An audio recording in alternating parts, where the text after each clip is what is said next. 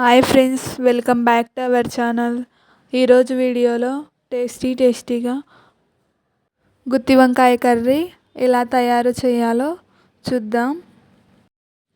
ఈ కర్రీ అయితే కలర్ రైస్లోకి, బగారా రైస్లోకి చాలా టేస్టీగా చాలా బాగుంటుందండి. ఒకసారి మీరు కూడా ట్రై చేయండి. చాలా టేస్టీగా చాలా బాగుంటుందండి. ఈ కర్రీ చేయడం చాలా ప్రాసెస్ అనుకుంటారు, కానీ చాలా ఈజీ అండి. 10 మినిట్స్లో చేయొచ్చు ఈ కర్రీని. వీడియో చూడండి, మీకే అర్థమవుతుంది. ముందుగా స్టవ్ ఆన్ చేసుకోవాలండి. స్టవ్ ఆన్ చేసుకున్న తర్వాత ప్యాన్ హీట్ అవ్వనివ్వాలి. ఒక 5 మినిట్స్ అలా హీట్ అవ్వనివ్వండి. హీట్ అవ్వనిచ్చిన తర్వాత పల్లీలను వేసుకోవాలండి. పల్లీలను లైట్గా కాలనివ్వండి, ఎక్కువ కాల్చొద్దు. పల్లీలని ఎక్కువ కాలిస్తే మనకు టేస్ట్ అనేది ఉండదండి. లైట్గా కాల్చాలి పల్లీలని. ఇలా స్పూన్ తీసుకొని మధ్యలో ఒక 2 టైమ్స్ అలా అనండి. ఇలా స్పూన్తో అన్న తర్వాత పల్లీలు అనేది ఇలా కొద్దిగా లైట్గా కాలాలండి. ఇలా లైట్గా కాలిన తర్వాత మనం కొద్దిగా ధనియాలను వేసుకోవాలి. ధనియాలు కూడా కొంచెం లైట్గా కాల్చుకోండి. స్పూన్తో మళ్ళీ ఇలా ఒకసారి అనాలండి. ఇలా స్పూన్తో కలిపిన తర్వాత అందులోకి 2 యాలకులను, 2 లవంగాలను వేయండి. ఇలా వేసిన తర్వాత ధనియాలు ఇవి కొద్దిగా అలా కలుపుతూ ఉండండి. ఫస్ట్ లైట్గా ఎందుకు కాల్చుకోవాలంటే ఇవన్నీ కాలేతోపు విత్తనాలు అనేటివి బాగా కాలిపోతాయి. అందుకే ఫస్ట్ మనం లైట్గా కాల్చుకోవాలి పల్లీలు అనేది. ఓకేనా అండి? ఇవి బాగా కాలిన తర్వాత నెక్స్ట్ మనం కొబ్బరి వేసుకోవాలండి. కొబ్బరి వేసుకొని ఇలా కలుపుతూ ఉండండి. కొబ్బరి మళ్ళీ మాడిపోతుంది. ఇలా లైట్గా అలా వేయించుకోవాలి, రెడ్గా అయ్యేంత వరకు.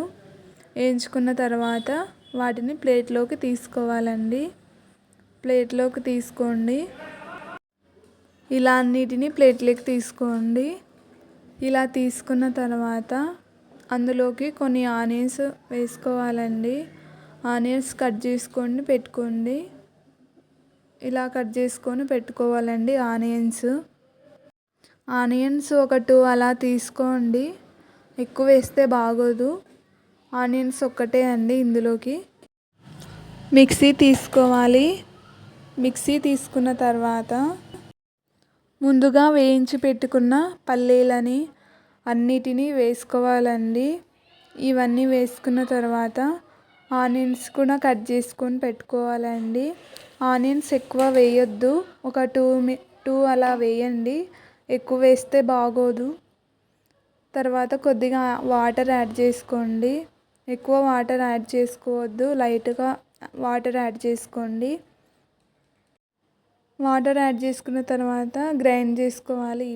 ఇలా గ్రైండ్ చేసుకున్న తర్వాత అందులోకి మనం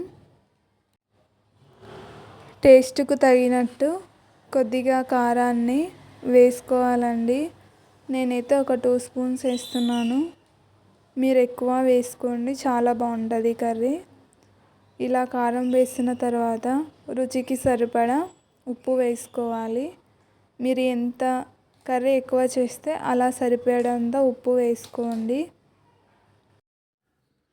కొద్దిగా పసుపు యాడ్ చేసుకోండి. యాడ్ చేసుకున్న తర్వాత మనం ఇలా గ్రైండ్ చేసుకొని పెట్టుకోవాలండి. ఇలా పేస్ట్ చేసుకోవాలి గుత్తి వంకాయలోకి.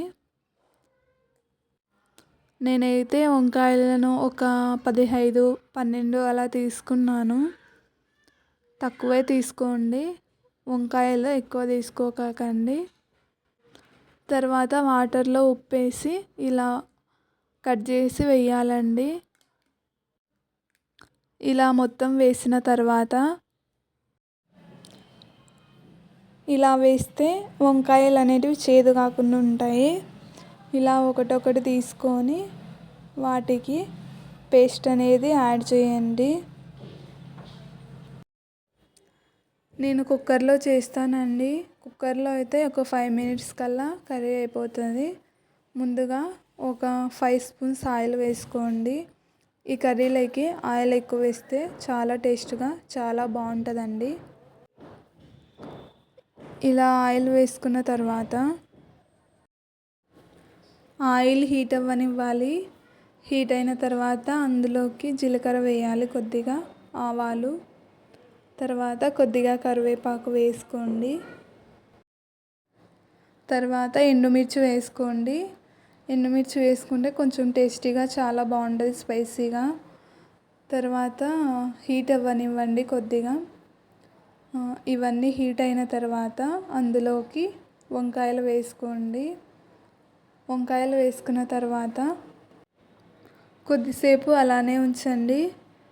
ఎందుకంటే కొంచెం కలర్ మారుతాయండి వంకాయలు, టేస్టీగా ఉంటుంది ఇలా చేస్తే. తర్వాత మూత పెట్టండి, లేదంటే వంకాయలు చేదైపోతాయి. ఇలా మూత పెట్టేసి ఒక 10 మినిట్స్ అలా వదిలేయండి. తర్వాత మూత తీసి మనం వంకాయలు చూడండి ఎలా ఉన్నాయో. ఇలా కొద్దిసేపు మగ్గిన తర్వాత ఇంకా మిగిలిన పేస్ట్ వేసుకోవాలండి అందులోకి.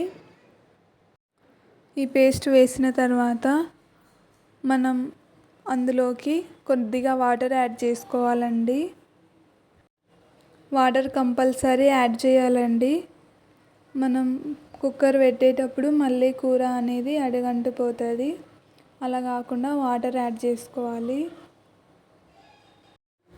ఇలా వాటర్ యాడ్ చేసుకున్న తర్వాత కుక్కర్ మూత పెట్టేసి ఒక 3 నుండి 4 విజిల్స్ రావాలండి.